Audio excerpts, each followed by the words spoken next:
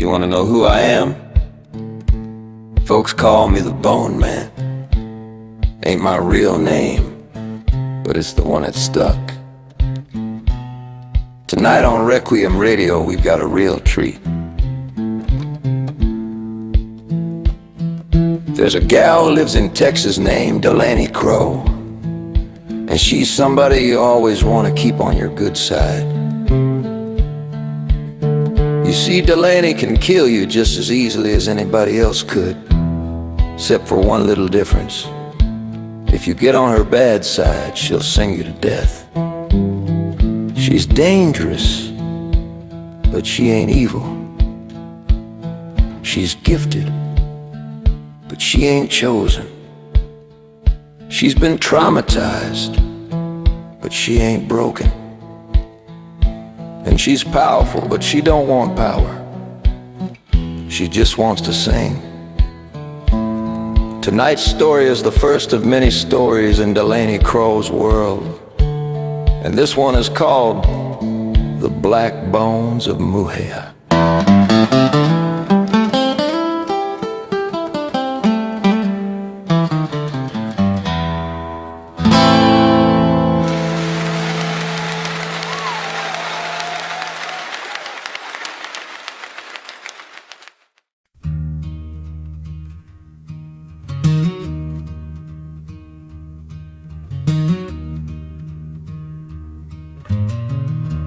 Limestone County, Texas, keeps its secrets buried shallow so they can breathe through the dirt.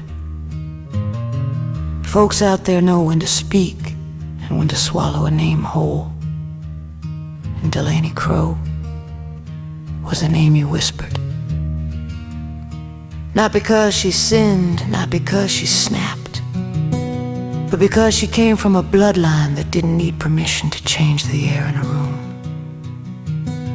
The Crow women didn't brag, didn't preach, didn't advertise. They just knew things that lived deeper than scripture ever dared to look.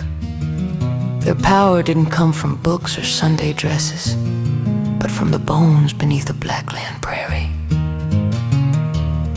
Delaney never thought she was one of them. She rode horses by Tuwakana Ridge, sang country songs barefoot by Lake Mexia, and studied Miranda Lambert like most folks study the Bible. She sang Lambert like it was fire, and she inhaled every spark. But the Crow blood don't care what a girl thinks she is, it waits. And one night when she was just 14, it woke. A cheap bedroom TV, late night music videos, and Miranda singing gunpowder and lead like a woman who didn't ask permission. Delaney hummed along, nothing special, nothing dramatic, until another voice rose underneath her own. A lower one, older, hungrier, like a church hymn buried alive and still trying to sing. Her grandmother heard it and slapped the note out of her mouth before the echo even landed. Not out of cruelty, out of terror. Because there is a song in that bloodline, a song nobody writes down, a song nobody teaches, a song nobody survives by accident. The Black Bones Hymn, a song you only use when the world gives you two choices: burn or become fire. Delaney didn't touch that melody again. Years passed. She married wrong, too young, too hopeful, too forgiving. Chase Maddox, the kind of man who could charm anybody except God. He learned how to turn affection into territory, and territory into bruises. Delaney tried to shrink her voice small enough to stay safe, but silence is just a fuse waiting for a match, and the night that lit it came without warning. Summer heat thick as syrup, no wind, no air, no mercy. Chase came home drunk with two men who smelled like trouble before they even spoke. Mud on their boots, grin in their eyes, sin in their pockets. They didn't come for company. They came for sport. Delaney backed away, but Chase blocked the door with a smile that felt like a verdict. She didn't plan to sing. She didn't remember starting. But the hymn rose up like somebody else opened her mouth for her. A hum fit for a graveyard. A harmony older than law. At first, those men stopped laughing. Then Chase hit her hard to make her stop singing. And when her head hit the floor, she heard something humming along beneath the boards. 3 days later, she woke, strapped to a cot in the Limestone County Medical Annex. They called it delusion, self-harm, family madness. Perfect paperwork, perfect lie. But that hospital wing wasn't a cage, it was a workshop. The walls were old enough to remember the hymn, and they carried sound like a prayer with teeth. She practiced, not volume, precision. There was no grandmother to slap her down this time. She rebuilt her voice like a weapon made of breath. She learned that Miranda didn't save her. She reminded her. And by the time they declared her stabilized, Delaney was sharpened like a razor that smiled.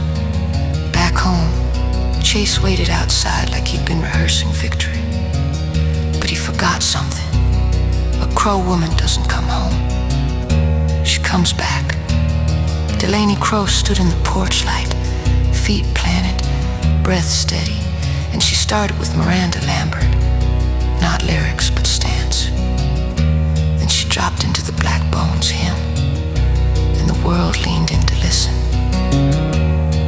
The air thickened, the temperature broke, and 3 silhouettes rose beyond the house lights, skirts long enough to hide their boots. Chase screamed and ran, too late. She didn't scream, she didn't plead, she didn't improvise. She was on as Chase dropped on the downbeat, eyes open, depths settled. The jury wrote innocent before lunch was even warm. Delaney didn't just crawl back into life. She rebuilt it.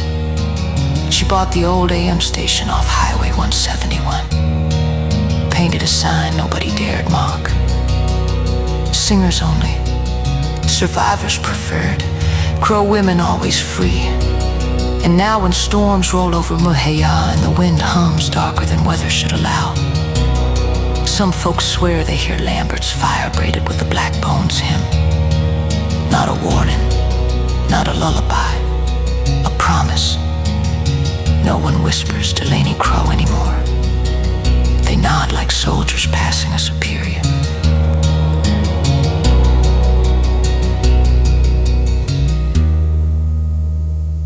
You've been listening to Requiem Radio,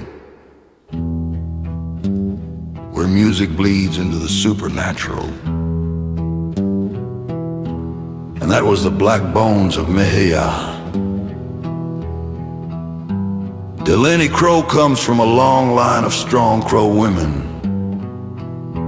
And that little Black Bones hymn is their legacy.